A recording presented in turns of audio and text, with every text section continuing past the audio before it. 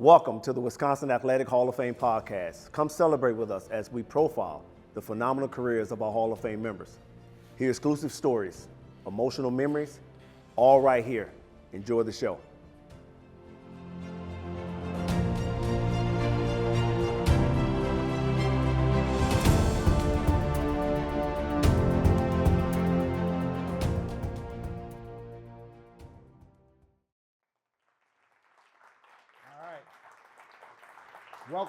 Welcome to the Wisconsin Athletic Hall of Fame podcast with our special guest, former CEO. He's retired CEO. He's living the good life. It's Mark Murphy.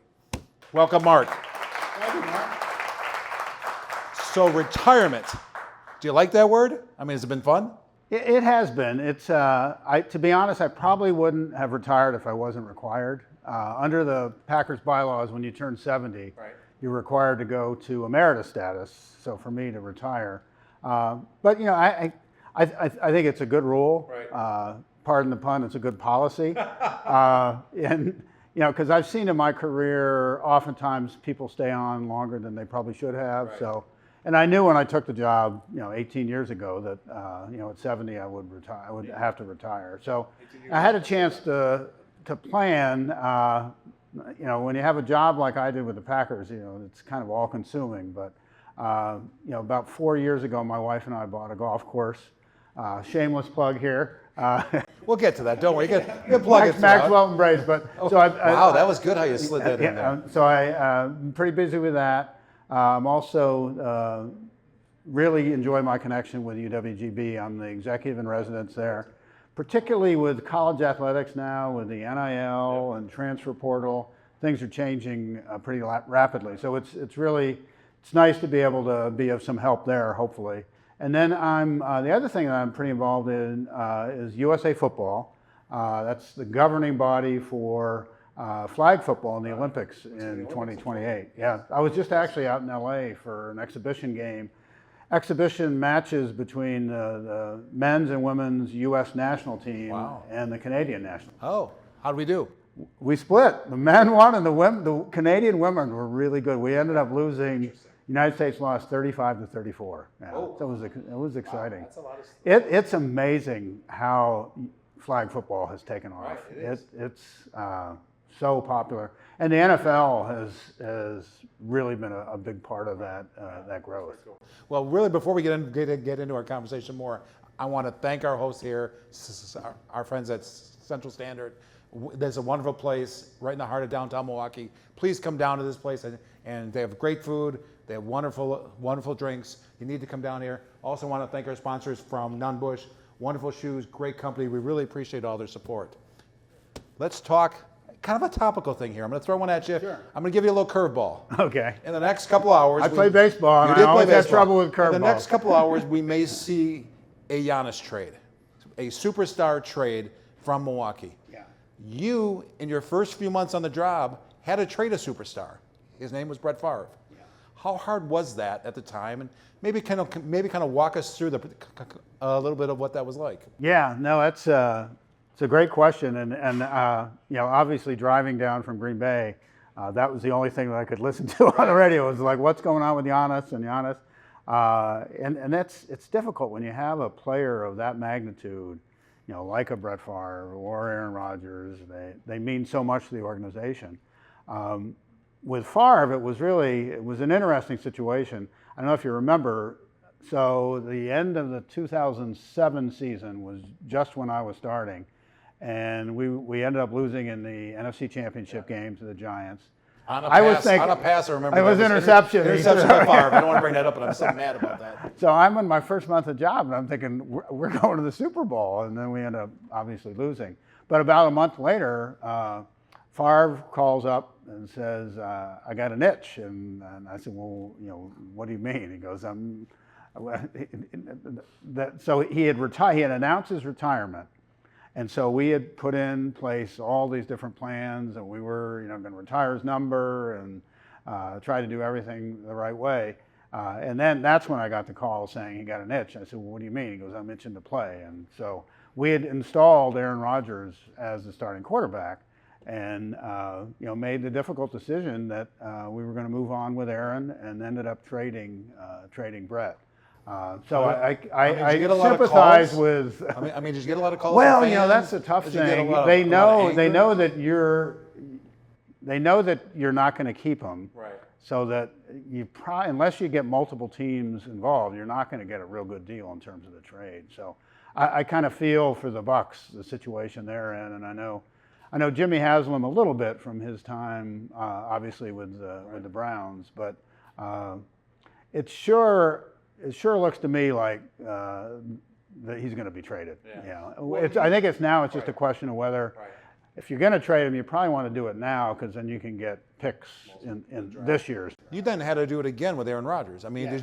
Did you learn anything from the first time? Was it easier? A little bit. I mean, obviously it was. I think I was probably 15 years into my career, so it's a little better than in the first month of the job. But that each situation was a little different. I think Aaron, he never had even intimated that he might retire. Right. But I think with him, in both situations, we drafted, and by the way, very few NFL teams can do what the Packers are willing to do what the Packers did, and that's draft a quarterback when you have a quarterback who's still playing at a high level. Right. We did that with Aaron Rodgers when we drafted him. I know Favre didn't like it. I know Aaron was very upset when we drafted Jordan Love, but it was the old saying in the NFL is the best time to draft a quarterback is when you don't need one. Right. And that served us very well both times. And obviously, Aaron went on to have a tremendous career. And so far, knock on wood, I think Jordan Love has a chance to have a similar career that another. If you can imagine going back to back, famous 3 in a row. Hold on with that thought. We're gonna stop for a break here. We're gonna hear about our whole sponsor here and from our friends at Central Standard. And with that.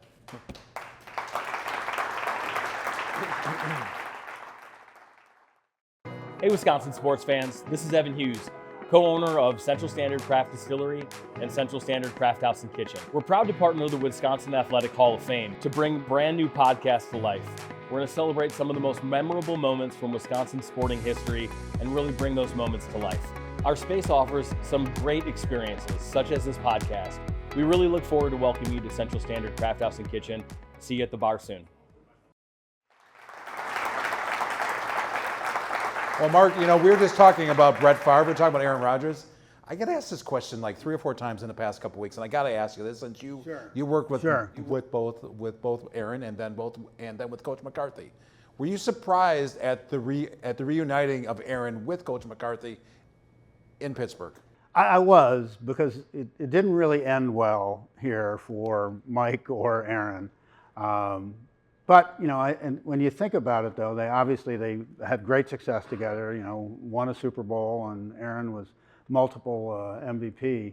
And I think in a way they needed each other, and so it's going to be really interesting to watch those games this year. Some drama there, don't you think? Probably some drama. Well, let's talk about the highlight of your career, and I know for you and I have talked about that, and it's probably the Super Bowl win. But talk us through kind of how important it was for that Super Bowl win and kind of what it meant to you and to the team. Yeah, it was 2010. Aaron had, and it's not just in the NFL.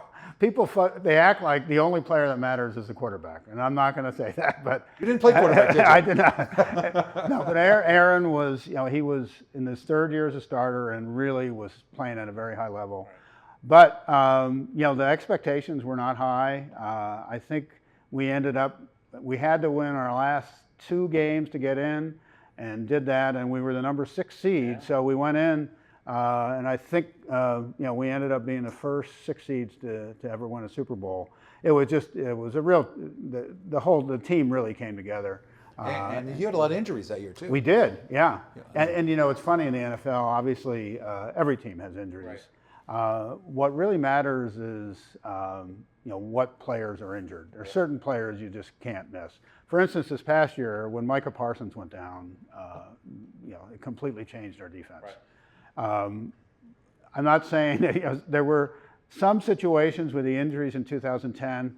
We had really good players backing up starters that had not been able to establish themselves as starters yet, and this provided that opportunity, and they played. One fact, and I don't know if everybody knows this, but you're one of the few people, or maybe the only person, who won a Super Bowl as a player and then as a CEO. What was the difference between the two? I mean, was it different? Was it kind of more satisfying? A Super Bowl, it's great to win a Super Bowl either way, but I think it is more gratifying as president or as an employee, because I have a much better sense and appreciation for how difficult it is. Right. Not that I thought it was easy to win the Super Bowl when I was a player, but when you're a player, I don't think you realize all the different things that have to go the right way for you to win. And it's funny, what the Packers said in the media guide was that I'm believed to be the only person to win a Super Bowl as a player and an executive. And I always said, can't we research it? Can we do a poll? Don't we have an AI for that? So I don't know. I guess I'm believed to be the only one to win it. But they're both really meaningful. But I would say winning it as an executive is more meaningful because you have a greater appreciation of. How did the game change in terms of the Super Bowl? I mean, I would assume the one as CEO was much bigger, much more media, much more fanfare than when you were a player. Yeah, although it was still a big deal. It was 1982 season. That was kind of a strange year because it was a strike year. Oh, yeah. And I was very actively involved in the strike. I was the Redskins player rep, and I was vice president of the union. And so we went on strike. We were on strike for 57 days, and then really thought that the season might be canceled. But we were able to come back off of strike, and we ended up. I think there were 9 games in the regular season, and then they expanded the playoffs. They called it the Super Bowl tournament. And the Redskins at the time had and I know the Packers made the playoffs that year as well.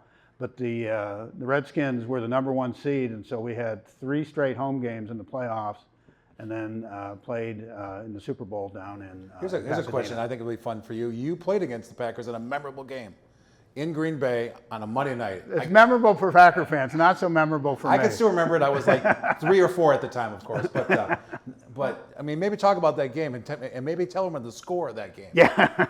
So it was 1983. I was in my 7th or 8th year with the Redskins, and we were the defending world champions. And we were in the middle of a 14-2 season, and we come into Green Bay and on a Monday night. Monday night. Yep. Back then, they didn't have Thursday night. They didn't have Friday night. They didn't have Saturday night. They didn't have Sunday night football. Monday night was like the big game. And it was an unbelievable. It was the only game I ever played at Lambeau Field, and it was the highest scoring game in Monday Night Football history. It was 48-47. The Packers beat the Redskins, but the Redskins would have won the game. Mark Mosley, who was the MVP, he's the only kicker ever to be the MVP. He was the MVP in the 1982 season. He missed a 37-yard field goal that would have won the game. So you're blaming the kicker? I'm blaming the kicker, yeah. You did that player and, oh, no, never mind. Mark Mosley and I always got confused because obviously Mark Murphy and Mark Mosley were very, very close, but I did not miss the kick, and I was not an MVP in the NFL either. Well, I still remember that game. Amazing, up and down the field, crazy. So it was a great game. Well, and then fast forward 30 years.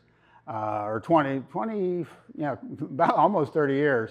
I'm my first few days on the job with the Packers, and I take a tour of Lambeau Field.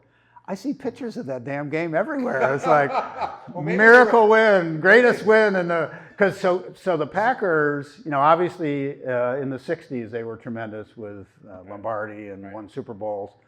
70s and 80s, not so good. So that was like their only game So in you the think maybe 80s. the employees had those up there on purpose just to kind of welcome you? Yeah. Well, thank you, but that's a great story. I want to talk some more here in a second about some of the things you did as president, and then some of the things that are going on nowadays. But first, I want to talk about here is my friends from Nunn Bush Shoes. For those of you who have watched these podcasts, you know I wear Nunn Bush shoes. Love them. I've been wearing them now for 6 months. They're wonderful how well they fit, how well they break in. They're flexible. They're just very comfortable. I encourage you all to wear them. I encourage you all to look at their website. They were born here in Milwaukee. The thing I love about the company most though is it's a Milwaukee company. Born here in actually 1912, and they're really kind of legendary for their style. So you should go on their website. They're available at both Kohl's and also at AC's and Zappos. You can get a coupon right here. See, I'm going to offer it up. MVP20, really here for 20% off your shoes. So again, please look at them. They are a wonderful supporter of the podcast. But I would say that even if they weren't. So what do you think, Mark? Can we fit you with some shoes? Well, we were talking earlier. I've got size 15. I think they have limited options available. I'm thinking Kate could take care of it. I'm just saying. So I want to talk about, a little bit more about you and kind of more about your career. One of the questions I love asking you is, who was your favorite player during all the time you were the CEO? Who was your favorite player? Charles Woodson. Why? Charles Woodson, I just loved him.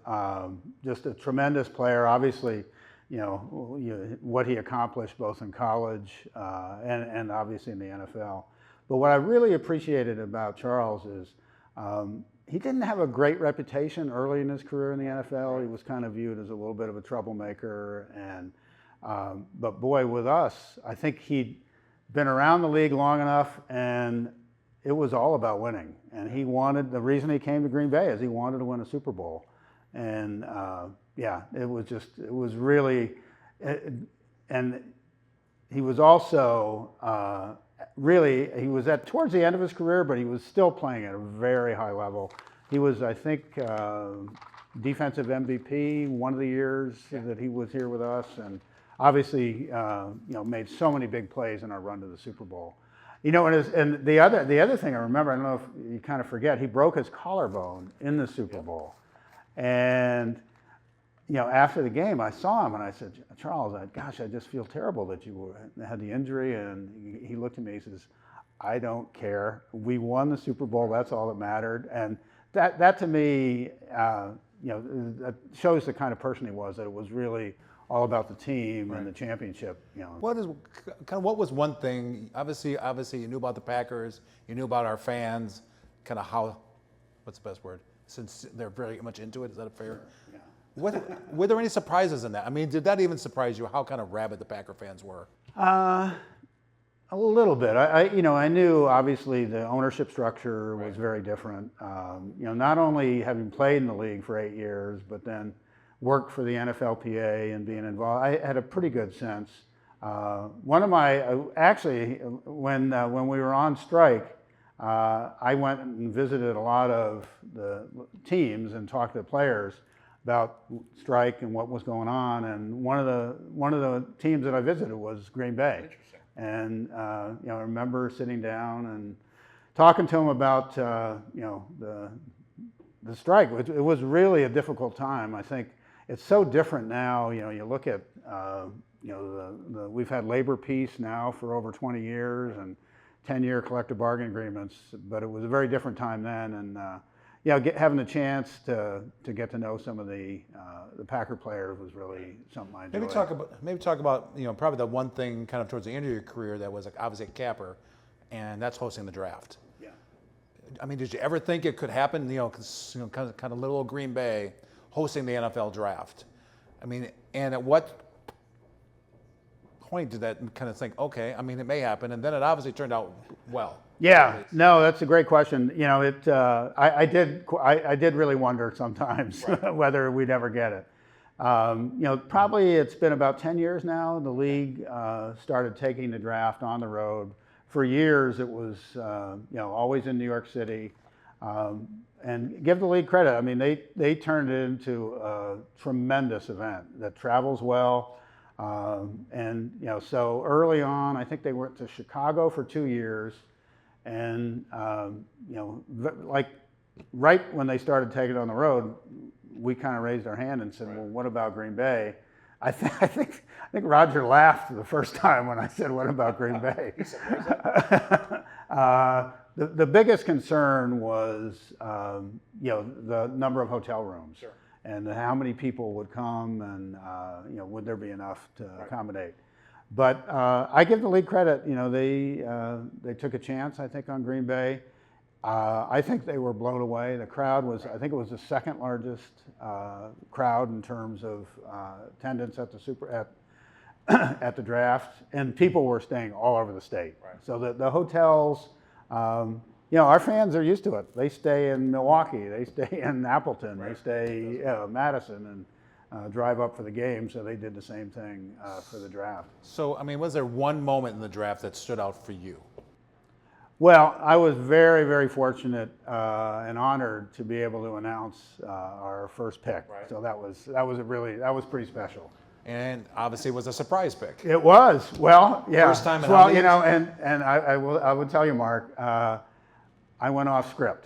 And normally, if I went off script, it usually didn't go well. It was like screwing it up. But so I was just supposed to announce, you know, the pick. And when I saw the pick, it was, you know, it was Matthew Golden. And so I'm thinking to myself. So I decided first. So I said. For the first time since 1982 or whatever it was, right. The Packers have drafted a wide receiver. And I think right away, all the fans knew that it was, we were drafting a wide receiver, and I think most of them knew it was Matthew Golden. This was amazing. I mean, so that's why I've gotten to know Matthew Golden. I said, I hope you end up being a great player. A lot of pressure after making that kind of reduction. But he seemed like a very nice young man. And he really, towards the end of the year, we were very deep at wide receiver last year, right. But he really started to come on in the second half of the season. Well, obviously here I'm going to take a break, but then I got some questions from the audience. We're going to have some fun, and we're going to have a special thing we're going to bring up here too, a special guest for you to be on the stage with us. So, all right, kind of with that. Ladies and gentlemen, this is your boy Donald Driver, president of the Wisconsin Athletic Hall of Fame, with a very special message. Join me down in Grand Geneva on July 20th with Jordy Nelson, Mason Crosby, Bonnie Blair, and your favorite Wisconsin personalities from an annual Hall of Fame golf outing. 400-yard drive, experience on every hole, and a day filled with incredible memories. Do not miss out. Let's get back to the program. All right, Mark, I got some questions here. I'm going to ask you some questions, and then I'm going to ask you about the current Packers team. Sure. Let's start with a question from the audience. And this is something you and I talked about maybe 8 or 9 years ago. Should they ever sell the naming rights for our stadium, really for Lambeau Field? Should that ever happen? No, absolutely not. It's the most important asset for the Packers, and which you could do, but that's kind of, you know, it's being a little sneaky. You could say Lambeau Field. No, it would be. You could say, well, we sold the gates, so we're not completely pure. You probably sold everything other than that stadium. You could say the Marriott State game, or the Marriott building at Lambeau Field, yeah. But I don't think so. And, it's interesting because but you know it is. Well, the other stadium that doesn't have naming rights is Soldier Field, obviously, and right. You know that's. It's probably costing the Packers, I think naming rights for gates now are $50 to $60 million a year. So it's significant, but I don't anticipate it. Ever happening? No. So, I mean, I did kind of say I was going to ask this question. I know that you're the CEO, but ever do a Lambeau leap? No, I have an artificial hip, and You're not making it up that I don't think it would. You're not making it up that high. When I was younger, and when I played, I obviously didn't intercept the pass and run for a touchdown in Lambeau Field. Well, and you know, when opposing team players try to do the Lambeau leap, probably not a good thing. Yeah, they usually get thrown back. Here's a great question. It's one of the great traditions, though, and it really, the way it connects our fans with the players with fans is pretty special. No doubt. Here's a fun question. Kind of looking back at your tenure. Yeah. What choice or what kind of really in terms of your decision that was unpopular, but yet in the end kind of proved to be right? Well, we talked a little bit about it. The decision to move on, once Brett retired and then came back, the decision to, trade him was really difficult because he was playing at a MVP level, but we had a lot of confidence in Aaron Rodgers. Now, it's easy to say, oh, well, of course you did, but at the time, I mean, we didn't really know. We thought he was good, but but that was very early in my tenure, and it was a tremendous opportunity for me working closely with Ted Thompson and Mike McCarthy. We were all on the same page that we'd made a commitment to Aaron Rodgers, and we were all in. So and that we didn't make the playoffs that first year. Started out kind of slow, but Aaron finished the season playing very well, and then obviously in 2009 we made the playoffs. Lost in a high-scoring game to the Cardinals, and then won the Super Bowl the next year. So it worked out okay. Yes, Yeah, and it worked out okay. Interesting question, something you brought up earlier, and kind of why did you get involved with after retirement? Actually, when you were still with the team, with your new thing, and that's your kind of golf course up in North County. Kind of why'd you do that? How successful has it been, and has it helped your golf game? No, it has not. Golf, no matter. I play a lot more, but I'm not getting any better, but I still enjoy it. It was, well, first of all, my wife and I love Door County. We've had a place up there for about 15, 16 years in Bailey's Harbor. And rumor was that the owner was going to sell Maxwell and Braze. And I just think it's a tremendous community asset. It's about to celebrate our 100th anniversary. Wow. Okay. So, wanted to make sure that it stayed a golf course. And I have a little, I'm an avid golfer, I love it, but I also have some experience. When I was the athletic director at Colgate, we had a golf course that fell underneath the athletic department. Oh, interesting. Really nice public golf course, and we actually hosted an NCAA championship in the late 70s. Okay. So no, I've no regrets. We've loved it, and I'm more involved, although I'm not running it, but it's. So your lowest score this year is? I have not broken 80 yet. I'd say that's okay. 85. I haven't broken 120 yet, so we're good. Now, Maxwell and Braze, there's no water. We're between I know a lot of guys who like this course. And we're in between Kangaroo Lake and Lake Michigan. No water at all. Wow. No trees? No sand? No, there's trees. It's a fun course to play, though. And we wanted to make sure it stayed a golf. I want to end with obviously talking about the current team, the current upcoming season. But actually, before I get that, and I asked you this question recently, a lot of talk in the offseason about the extension for both Coach LaFleur and for Brian Gutekunst. If you were still in the job, kind of would you have done that same thing? It's hard to answer, not having actually been there, but I think so. I have a lot of confidence in both Brian and Matt. And I would say, though, the way the season ended would have given me some pause. I think they lost 5 games in a row. Lose some large leads. Yeah, and that's. But I think, as we were saying, when you lose certain players, it's really hard to replace. And certainly Micah Parsons is, and the other one, who's actually one of my favorite players, he's right up there with Charles Woodson, is Tucker Kraft. Oh yeah. That was a real blow when he went out. But I think and obviously Ed's making his own decisions. But I think I probably would have extended. I'm going to end with this question. It's got to be a short answer, but I know that is this the year for the Packers? Can they kind of with this team? Can they go back to the Super Bowl? I think so. If it depends on health, and particularly, I read something recently on Micah Parsons that he might be out the first half of the season. Right. I did see that. Yeah. So that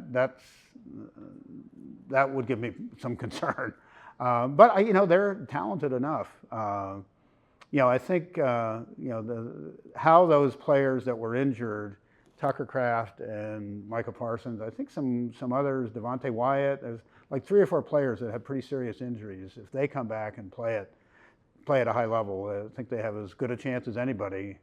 And I hate to say this, but you can't have the Bears win the division again. We can't have that. That would be bad. Though. I went to the playoff. I have to tell you this story. Tell the story. I know that we're going along, but this is a great story, so go ahead. So I decide, I've got a daughter that lives in Chicago, and so the Packers are playing at the Bears in the playoffs, one of the very few times that's happened.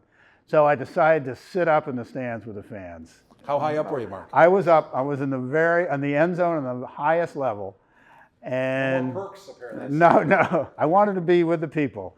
So it was a great game. Packers were ahead, but you could kind of feel it slipping away. And one of the Bears fans up there recognized me and poured a beer on me.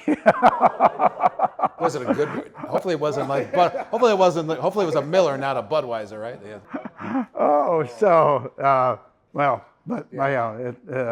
Fortunately, it was actually like a teenager. It was a young kid. Wow. And his father scolded him and said, "What are you doing?" So I didn't know.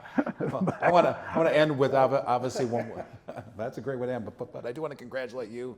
In a couple weeks, you'll be as in our class of inductees for the Wisconsin Athletic Hall of Fame. Congratulations, well earned. Kind of what was just one kind of your thought when I reached out to you and kind of let you know that you're going to be amongst the heroes of the state. No, Mark, it was such an honor. I didn't really expect it, and especially I was not an athlete in Wisconsin. I was, but it's something that I'm very, very, very honored to accept, and really accepted on behalf of all the Packer employees and others that I've worked with over the years. It's a pretty special organization, and I was very, very fortunate and honored to be in the position as long as I was. Well, thank you for being here. Thank you for being here. Oh, thank you, Mark. I appreciate it. Thank everybody. Have a great night. We will have news soon on our next podcast. Again, I want to thank our host, Central Standard. I want to thank our other sponsor in terms of Numbush. We really appreciate y'all being here. Please watch for the next one soon. Thank you. Thank you all so much for tuning in to the Wisconsin Athletic Hall of Fame podcast, brought to you by Central Standard and Numbush. Don't miss out on our next edition with more stories, memories, and analysis. Stay tuned.